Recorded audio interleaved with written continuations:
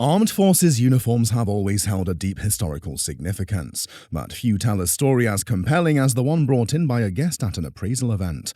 Tucked away for generations, this Civil War uniform belonged to his great-grandfather, a Union soldier from New York who had fought in some of the war's deadliest battles. The appraiser quickly identified key details. The eye on the button confirmed infantry service, while the 108 on the hat revealed his regiment, the 108th. A unit that had fought at Antietam, Gettysburg, and Petersburg. But the biggest revelation came from the eagle insignia on the shoulder straps, marking him as a colonel. Even more impressively, he had been awarded the honorary rank of brigadier general for his extraordinary service. The uniform was a rare gem, completely intact. We have his pants. The rank of colonel is fairly high up the food chain. So he had two hats. We have his gauntlets, shoulder straps, and we have his beautiful uniform. Unlike many restored collections, this set remained untouched, its authenticity shining through. So many times you see stuff that's been patched together and brought back to life. This one has more character than a Mark Twain novel. Then came the stunning valuation. If you were going to insure this as a group, it's something that I would insure for $25,000. Goodness. I mean, it's spectacular. But as he took in the weight of the moment, it was clear the uniform's true worth had nothing to do with money. This wasn't merely fabric and brass, it represented a bond to a courageous man who had faced the front lines of history, a testament to his sacrifice, strength, and the life he had experienced. What seemed like an ordinary Civil War-era rifle turned out to be an exceptionally rare find. A guest brought in a sharp, slanting breech naval rifle, uncertain of its significance. Manufactured in 1856 by Christian Sharps, this .54 caliber firearm was one of only 263 ever made, making it a prized collector's piece. In 1856, they're known as a Sharps slanting breech naval rifle. One of its most distinctive features was an attachment point beneath the barrel. The guest had suspected it might be for a bayonet, although an antique dealer had questioned its size. The appraiser confirmed that it was designed for a massive saber bayonet, which could double as a melee weapon or be mounted onto the rifle. But when you put it on there, the weight of it would almost tilt you over. That's one of the neat characteristics of this gun. Another remarkable detail lay hidden behind a small, often missing door on the side of the rifle. When opened, it revealed a compartment for a unique firing mechanism. Edward Maynard's tape primer system was an early innovation that fed percussion caps automatically, much like a cap gun. Adding to the rifle's historical value, a barely noticeable naval anchor was stamped on the barrel, confirming its use by the Navy. Perhaps most impressive was the rifle's untouched condition. It's so small. I love the flavor. I'm so proud you never cleaned this up. It's got a knee-deep patina. It's just beautiful. The guest had never attempted to restore or polish it, leaving its deep, rich patina intact, a feature collector's prize. And it would feed the roll of caps underneath the hammer every time you cocked it back. And watch this. It still works. Due to its rarity, historical significance, and excellent condition, the appraiser assessed its insurance value highly. If you're going to insure it, I would say that we would need to insure it for at least $7,500. All right. What initially appeared to be a collection of historical documents revealed itself as an incredible naval treasure, the original commissions of Stephen Decatur, a renowned figure in U.S. naval history. These documents passed down through his descendants were entrusted to a former naval officer, adding a personal touch to their significance. The collection featured Decatur's midshipman's warrant from 1798, his lieutenant's commission from 1799, and his captain's commission from 1804, each one incredibly rare due to the small number of naval officers at that time. Notably, both of the early commissions were signed by President John Adams, while the captain's commission was issued by President Thomas Jefferson after Decatur's audacious raid in Tripoli in 1804, where he led a secret mission to destroy the captured USS Philadelphia, an act celebrated as one of the most daring in naval history. At just 25 years old, he became the youngest captain in U.S. Navy history. Beyond his military accomplishments, Decatur was admired as a brilliant strategist and an honorable leader, earning the respect of his men and the nation. In 1820, Stephen Decatur's involved in a duel against James Barron, who had been his mentor. They're both wounded in the duel. Unfortunately, Stephen Decatur's wounded mortally. And sadly, his life was cut short after this duel in 1820. Today, several cities carry his name, reflecting his enduring legacy. Giving their historical significance and pristine preservation, the appraiser valued these documents generously. I would be very comfortable placing an insurance value on these in the range of $150,000 to $200,000. Wow. Okay. A seemingly ordinary German bayonet turned out to be a rare and unexpected historical artifact. What you have here is a bayonet that would not have been anywhere near Normandy or World War II battles. Initially believed to be a standard S-98 Seitengewehr bayonet, commonly used by German forces between 1898 and 1905, its true significance was only revealed upon closer inspection. Unlike typical models, this long, slender bayonet remained in exceptional condition, with an intact scabbard. However, this model continued in use and in limited production up and through World War I. It is an uncommon find, as these were prone to breaking. The real surprise came from the detailed Kaiserlich imperial engraving on the blade, marking it as part of the Kaiserlich Marine 2nd Sea Battalion, Germany's elite naval infantry. These troops were crucial in World War I, fighting in major battles like Ypres, the Somme, and Antwerp against the British forces. Further distinguishing this piece was the absence of an issue date and military acceptance mark. The company WKC, we can see their manufacturer's mark on the Ricasso, made this for private purchase. Given its rarity, pristine condition, and connection to an elite German unit, this bayonet holds significant value in the collector's market. In the market today, this would have a retail sales value of $1,200 to $1,500. Very good. What if I told you that a seemingly ordinary rifle, once stored under a bed, turned out to be an incredibly rare and well-preserved piece of Civil War history? This is a Star Arms Company cavalry carbine produced in the late stages of the American Civil War. Unlike traditional muzzle-loading rifles of its time, this rifle represents a critical turning point in military technology, a breech-loading design that allowed for quicker reloading with self-contained metallic cartridges, a feature that would define modern firearms. It's a breech-loading carbine, which means you load it from the breech rather than from the muzzle, like a lot of the guns during the Civil War period. Contracted by the Union Army, production of this model began in March 1865, just 1 month before the war ended. As a result, none of these carbines were ever issued in combat. Out of 5,000 units manufactured, many were later sold as surplus and saw action in the Franco-Prussian War. But this particular example bears no French arsenal markings, suggesting it remained in pristine, unused condition. With most surviving examples showing heavy wear, well-preserved pieces like this are extremely rare. The exceptional condition of this rifle places its auction value much higher. And I think that realistically, in an auction setting, this gun's going to sell between $2,500 and $3,500. What if I told you that two swords, one Confederate, one Union, could tell a remarkable story of war, humanity, and reconciliation? This historical collection features a Confederate officer's sword and a Union Army Model 1850 foot officer's sword, both carrying immense historical significance. The Confederate sword, complete with its rare New Orleans-made spoon and wreath belt buckle, belonged to a North Carolina captain of the 35th Regiment, who captured the Union sword during the Battle of Petersburg in 1864. The Union sword, a privately purchased European-made blade, was originally carried by a Michigan sharpshooters captain, who was taken prisoner during the battle. The most compelling aspect of this collection, however, is the story behind it. After the battle, the Confederate captain, despite suffering a gunshot wound to the hand, showed kindness to his captured opponent, allowing him to bathe in the river years later. The captain said, I haven't taken a bath in a month, and I know I'm going to go to this internment camp, and, could I take a bath? He said, sure, go ahead. They walked back to the lines. An astonishing turn of events reunited the two men when the Confederate officer, recalling their encounter, reached out through the Detroit Free Press to return the captured sword. The Union captain responded with a heartfelt letter, insisting that his former adversary keep the sword as a symbol of honor and mutual respect. Their unlikely friendship continued for the rest of their lives, transcending the war that once divided them. And it's nice to be able to see two individuals who, in one moment, are trying to kill each other. That's right. While the original letters have been lost, carefully preserved transcriptions document this incredible story of conflict and reconciliation.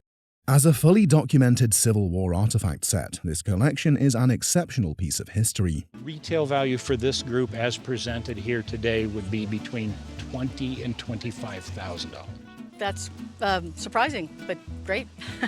I mean, we aren't looking, obviously, to part with it, but that's good to know. The Sharps and Hankins rifle presented here is far more than just another Civil War era firearm manufactured in 1862. This .52 caliber rifle represents one of the first collaborative models produced by Sharps and Hankins, a company known for its innovative firearm designs. While approximately 8,000 of these rifles were made, this particular piece stands alone as the very first, bearing the serial number 1 on multiple parts, confirming its authenticity.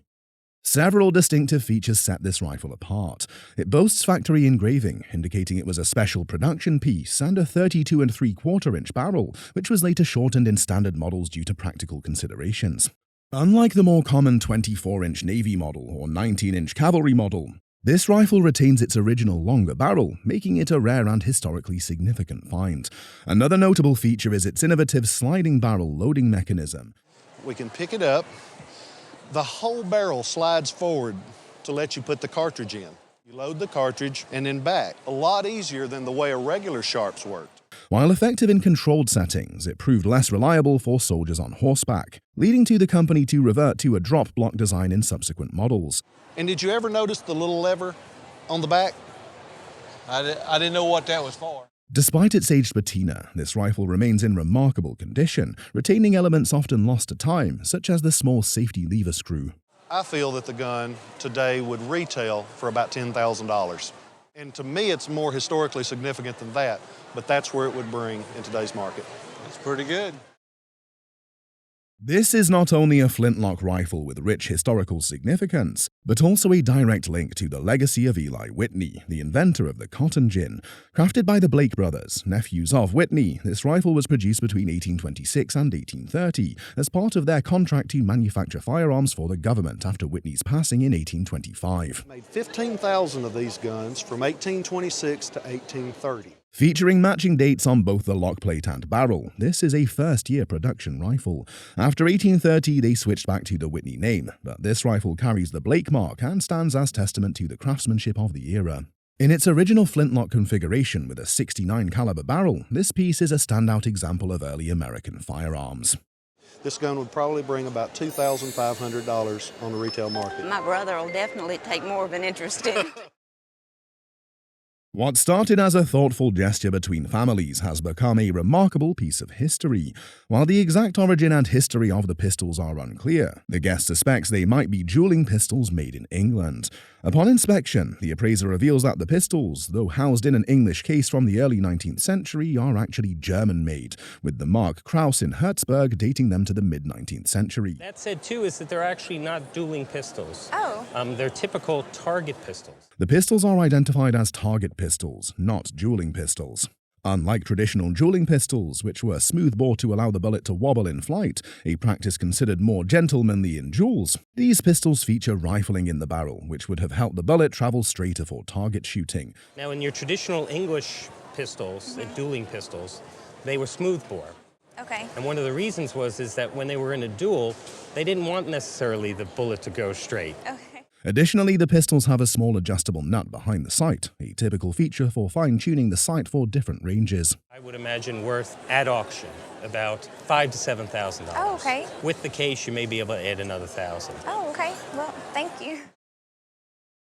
What if a simple family gift turned out to be a priceless piece of history?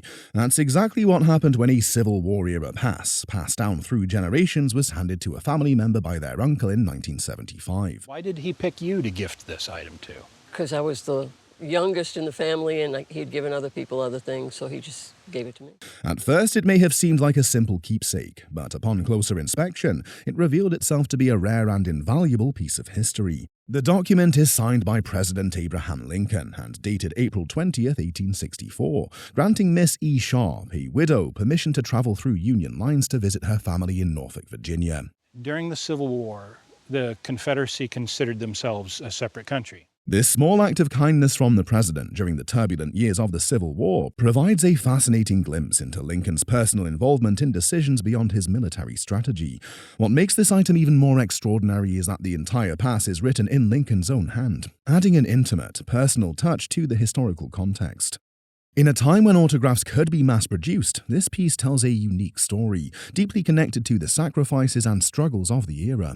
This artifact's historical significance is far greater than just a signature. This is in context. This tells a story, and consequently, it has more gravitas and historical interest than a signature would. It would be 20 to 30,000. A lot more than I thought. A helmet once used as a flower pot turned out to be a priceless relic of World War II.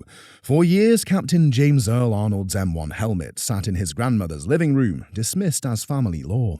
And one of the first things she said was that he was the first naval officer to land on Normandy. Decades later, on the 75th anniversary of the invasion, the guest investigated, only to confirm his grandmother's astonishing stories were true. The appraiser identifies the helmet as belonging to Captain James Earl Arnold, the naval officer in charge at Utah Beach on D-Day. This early production M1 helmet, with its front seam brim, carries distinct markings. NOIC, Naval Officer in Charge on the front, Captain Arnold on the side, and USN, United States Navy backside. We have an early production World War II M1 helmet. The seam for the brim that goes around the edge of the helmet is in the front. At the very end, that's moved to the back. Most compelling of all is a wartime photograph showing Captain Arnold wearing this very helmet on June 6, 1944. Still donning his invasion lifebelt, a definitive connection to one of the most pivotal battles in history. The appraiser calls the helmet a unicorn in World War II collecting, a rare and irreplaceable artifact. Its estimated value. If I was cataloging this for an auction, I would put an estimate on the item between $30,000 and $40,000. Wow. I can't believe that. A remarkable display of relics from the Hindenburg disaster of May 6, 1937. These pieces were inherited from his father, a career naval officer who was stationed at Lakehurst, New Jersey on the day of the crash.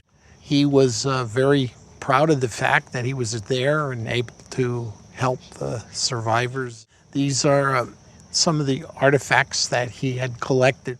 The collection includes official commendations awarded to his father for his heroic actions, issued by the governor of New Jersey, the U.S. Navy, and even the German government. One of the standout pieces is a photograph of the Hindenburg, personally signed by all surviving crew members as a token of appreciation. Beyond the documents, the artifacts include a charred piece of the Hindenburg's outer skin, a burnt fragment of the flag that once flew aboard the doomed airship, and other incredibly rare relics. While smaller fragments of the Hindenburg occasionally appear on the market, such as bits of the superstructure or melted dining utensils, this collection is one of the most comprehensive and well-preserved ever seen. So at auction, I would put an estimate of $10,000 to $15,000 on it. For insurance purposes, the value could be placed between $20,000 and $25,000. Great to start with, but I'm surprised. I really had no idea, but it's wonderful. Yeah.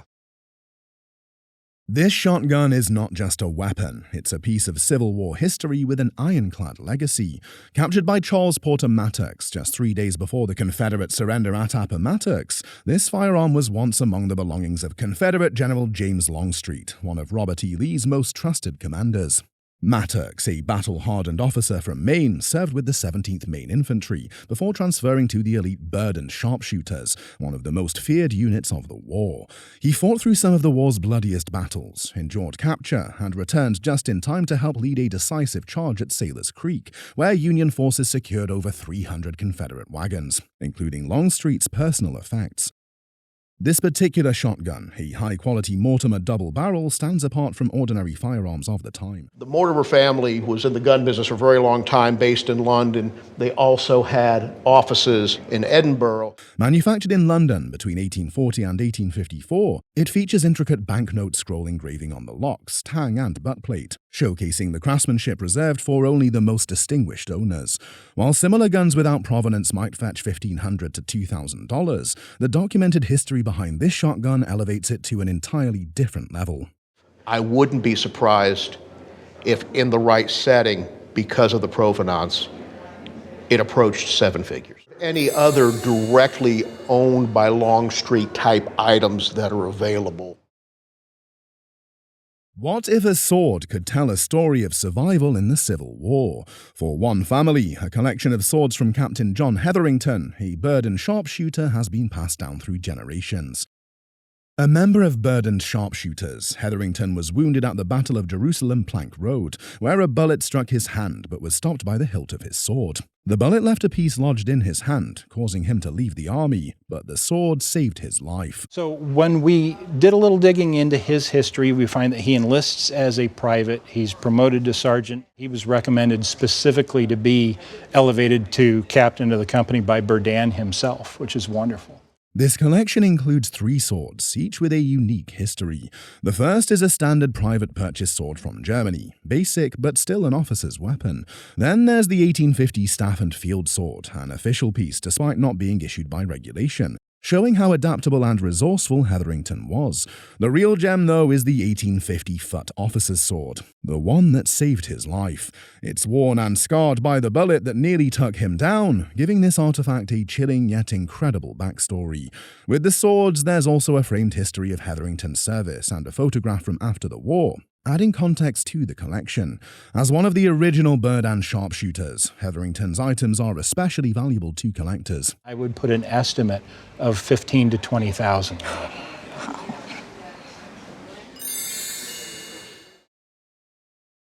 What if a pistol could share the tales of the officers who wielded it during the formative years of a young nation? A guest brought in what he thought was a 13 colonies-era flintlock pistol, passed down from his father-in-law. The gun had been discovered in the Chicago area back in the 1930s, but no one knew how much it was originally bought for. The appraiser took one look and had some exciting news. They went into business sometime right around the end of the Revolution, circa 1785 to the 1820s. Based on the style of this gun, I'd say it's probably 1790. It could be as late as 18. Even without a maker's mark, the pistol's beautifully decorated butt cap told the story. It featured a folk-art eagle surrounded by 13 stars, a signature design of Halbach and Sons of Baltimore, a respected gunmaker from 1785 to the 1820s. Halbach didn't produce weapons for the U.S. military, but officers at the time had to buy their own gear. It's a military-style gun, but Halbach never actually received any specific contracts to produce for the U.S. military. This pistol was exactly the kind of sidearm an officer would have chosen. Sleek, well-crafted, and built for battle. One more rare feature: the shell-shaped carving behind the tang, a classic Halbach touch. Only 300 to 500 of these pistols were ever made, making this a real collector's piece. There were a couple of missing parts, the fore-end cap and the ramrod, but that's pretty common for a gun this old. Most importantly, it was still in its original untouched condition, exactly how serious collectors like to find them. Then came the big moment. How much was it worth? Auction market, this gun is going to bring somewhere in the $4,000 to $6,000 range. A true piece of early American history, this flintlock pistol wasn't just a weapon. It was a story, a relic from a time when officers carried their own sidearms into battle. This cannon isn't merely a relic, it's a forgotten piece of history that once traveled the rivers of early America. Found in a backyard in Boulder, Colorado, it had been buried for centuries until a man named Harry unearthed it. When he passed away in the late 1990s, his wife passed it along to a family member, unknowingly gifting them a rare Spanish colonial swivel gun from the late 17th to early 18th century. I think this cannon is a Spanish colonial, and it dates to the late 17th century, early 18th century. According to the appraiser, this type of small, maneuverable cannon was designed for use on keelboats, vessels the Spanish used to navigate the twisting rivers of the Great Plains. These expeditions often required explorers to haul their boats, and everything in them, over land, to reach the next waterway. It's likely that at some point the crew had to lighten their load, leaving this cannon behind, where it remained hidden for centuries. What makes this piece truly remarkable? It's incredibly rare. The appraiser, a seasoned expert, admitted that in all his years in the business, he had never seen one before. Given its historical significance and condition, he placed a conservative auction estimate. At auction, I would conservatively put an estimate of $8,000 to $12,000 on it. A weapon of war, a means of exploration, and now an unexpected family heirloom, this Spanish colonial cannon serves as a striking reminder of history, resonating with the echoes of an empire's quest into the unknown. This isn't just any old gun, it's a piece of history. This Colt 45 belonged to the first police chief of Crawford, Nebraska back in the 1880s. More than just a weapon, it was a symbol of law and order in the untamed West. Along with the gun, there's a rare old photograph showing the sheriff in his uniform, badge proudly displayed.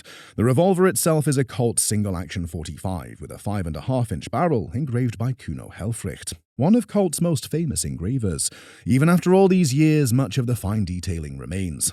For an historical weapon, we like to see use, and this shows a lot of use. A factory letter confirms its history, showing that it was shipped in 1885 to Hartley & Graham, a major gun dealer in New York. While it originally had hard rubber grips, it now features custom pearl grips, decorated with a steer head on one side and the sheriff's initials on the other, most likely changed before it was ever sold. Though the grips have some damage, this does little to affect its value. The owner guessed it might be worth a few $100s and was shocked by the price reveal. We could sell it in our gallery for $25,000. You're kidding. No, serious. That's hard to believe. What if a ceremonial sword could tell the story of a man who not only helped shape history, but also held a legacy in the heart of the American Civil War? Meet a remarkable artifact that once belonged to General Max Einstein, a key figure in the Philadelphia Artillery Brigade, later to become the consul to Bavaria. It's more than just a gift, it's a symbol of respect from the men he led, engraved with the words "to General Max Einstein." And it was presented at the time also by the governor of Pennsylvania and Simon Cameron, who eventually became Lincoln's first Secretary of War. Crafted by Ames Manufacturing, known for their top-quality swords, this piece stands out with its silver handle, intricate floral designs, and eagles on the crossguard and pommel cap, truly the best of Ames' work. Accompanying the sword is a rare 1861 certificate confirming Einstein's appointment as consul to Bavaria, signed by Lincoln's Secretary of War. The ink is bold and the document remains in excellent condition, making it a valuable piece of history. This sword and certificate have been preserved in the Einstein family for years, connecting generations to a defining moment in both American and European history. Presenting an estimate, the appraiser said, "So I'd insure it for $15,000. It's been hanging on a wall for years and years. Autographs not only ink a name onto paper, but also freeze a moment in time. Rare and meticulously curated, this Civil War autograph collection stands as a unique piece of folk art. Compiled during and after the war, it preserves signatures from some of the era's most influential figures, displayed alongside photographs and personal correspondence. Among its highlights, autographs from Union leaders Ulysses S. Grant and William Tecumseh Sherman appear carefully placed beneath their portraits. Adding historical depth, signatures from abolitionists Frederick Douglass and Booker T. Washington make for a significant and rare inclusion. He was one of the most important people in the anti-slavery movement. Your ancestor, being a Caucasian, collecting African-American signatures was an important thing in this time frame. Representing both sides of the conflict, Confederate leaders such as President Jefferson Davis and General Robert E. Lee are also featured, with a letter from Lee's secretary acknowledging the high demand for his signature. So he not only collected Union autographs, he also collected Confederate autographs. And we have the nice business card size signature of Jefferson Davis. Exceptionally rare, the autograph of Confederate officer John Hunt Morgan holds added significance, as Morgan once captured the collector's ancestor during the war. Documenting this event, a written account titled "A Day with General Morgan" accompanies the signature. Driven by dedication and persistence, the collector obtained many of these autographs through direct correspondence. More than a mere scrapbook, this collection offers a compelling glimpse into personal and national history. While asserting the item's condition, the appraiser marveled at its craftsmanship and said, I would want to insure this somewhere between $75,000 and $100,000. Wow.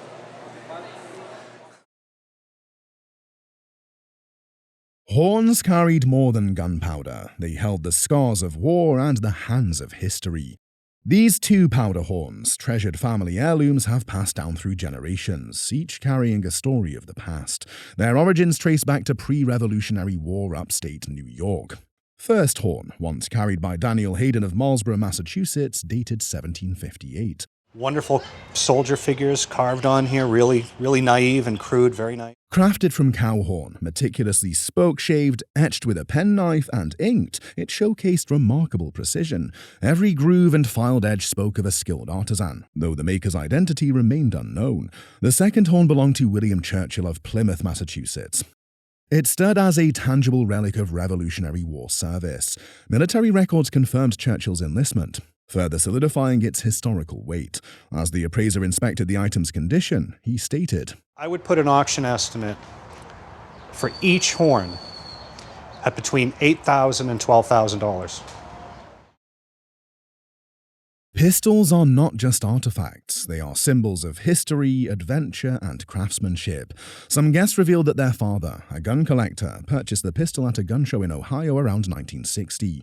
At the time, the guest was just 10 years old. Immediately, the guest was captivated by the weapon, associating it with pirates, the Barbary Coast, and the Lawrence of Arabia. After the father's passing, the guest inherited the pistol, developing a deep admiration for it. According to the appraiser, the pistol is a North African artifact from the second half of the 18th century. It is characterized by red coral inlays within silver, and red coral is a defining feature of North African craftsmanship. Pistols can be mounted with horn, ivory, other precious metals, stones, and that's actually what defines this pistol as North African, is the fact that they use the red coral. Oh, okay. In addition, gold accents on the lock and Arabic script on the tang likely mark the maker's name or a date. While the pistol had been restored, the appraiser noted that the restoration would not significantly affect its value. However, polishing the silver could reduce its worth. Moreover, the appraiser provided historical insight. He connected the pistol to Barbary Coast pirates who preyed on American ships following the country's independence. While reviewing the condition of the item, the appraiser noted and said, Would bring probably about $5,000 to $7,000 in today's That's collector's good. I can do that. I can do that. Yeah, I can do that. That's great. Guns with a story are far more than just weapons. They're living pieces of history. Manufactured in Hartford, Connecticut, this .36 caliber Model 1851 stands as a rare treasure among the 200,000 produced. What truly sets this pistol apart is Seth Kinman's personal touch, making it a one-of-a-kind artifact. Modified for his rugged lifestyle, Kinman trimmed the hammer to prevent accidental discharge, showcasing his practicality and ingenuity. Crafted with skill, he also fashioned a custom blade sight from bone or horn, enhancing the weapon's functionality. The engraved back strap proudly bears Kinman's name and President Buchanan's, marking its distinguished origin. This piece is more than a relic. It's a testament to frontier life and adventurous spirit. Worn and weathered, it tells the story of Kinman's role as a scout and provider during turbulent times. The modifications and markings cement its historical significance, adding immense value to its legacy. Far from just another Colt, this gun carries a deep connection to California's gold rush era. As the appraiser assessed the item's condition, he remarked, This is a gun that in today's world should be insured for about $50,000. Wow. Guns have long been at the forefront of technological advancement, shaping the course of history through innovation and engineering breakthroughs. Revolutionizing firearms technology, the U.S. Model 1819 Hall rifle introduced groundbreaking advancements in the early 19th century. Unlike the standard flintlock, muzzle-loading, smooth-bore weapons of its time, this rifle featured a rifled bore for superior accuracy. A breech-loading mechanism further set it apart, allowing for significantly faster reloading compared to traditional muzzle loaders. Designed by John Hall, this firearm played a pivotal role in the American Industrial Revolution. The U.S. government tasked Hall with rifle production at Harper's Ferry. Produced in 1834 during the second manufacturing run, this particular rifle remains in its original flintlock configuration, a feature that enhances its value. Despite minor condition issues such as a missing top jaw and screw, along with a common structural crack, its historical integrity remains intact. The inclusion of its original bayonet, designed for universal interchangeability among Hall rifles, further elevates its worth. The appraiser, recognizing the item's condition, commented, Gun on its own in a retail setting is going to sell for somewhere between $2,500 and $3,000. Oh, okay. It's not every day that a Civil War-era sword of this caliber appears, but this one is truly something special. A magnificent statue with a presentation sword, it was gifted in July 1864 to Lieutenant Louis Burwith by his Louisiana friends as a token of their esteem. The sword's craftsmanship is exceptional, though not adorned with jewels like some of the most extravagant examples. It boasts intricate detailing and an elegant design. Beowulf's story is just as remarkable. A young German immigrant, he arrived in the United States as a child and later enlisted in the 30th Missouri Infantry, a Union regiment known as the Shamrock Regiment due to its largely Irish composition. Despite being an outsider in more ways than one, Beowulf distinguished himself enough to receive such a prestigious gift, making his history all the more intriguing. The sword itself is a masterpiece of its time. Manufactured in Germany and retailed by Schuyler, Hartley and Graham, one of the premier suppliers of military arms, it features exquisite etching along the blade. Though some of that detail has faded over time, the sword's artistry remains undeniable. It has this beautiful blade, which it has some condition issues. The blade isn't as sharp, the etching isn't as sharp as you want. At the auction, its value is estimated with the potential for an even higher price in better condition. At auction, I would estimate that this sword would be worth $10,000 to $15,000. Wow. Great. And While some minor wear, including a missing sword extension, slightly affects its worth, its historical significance and craftsmanship still make it a treasure.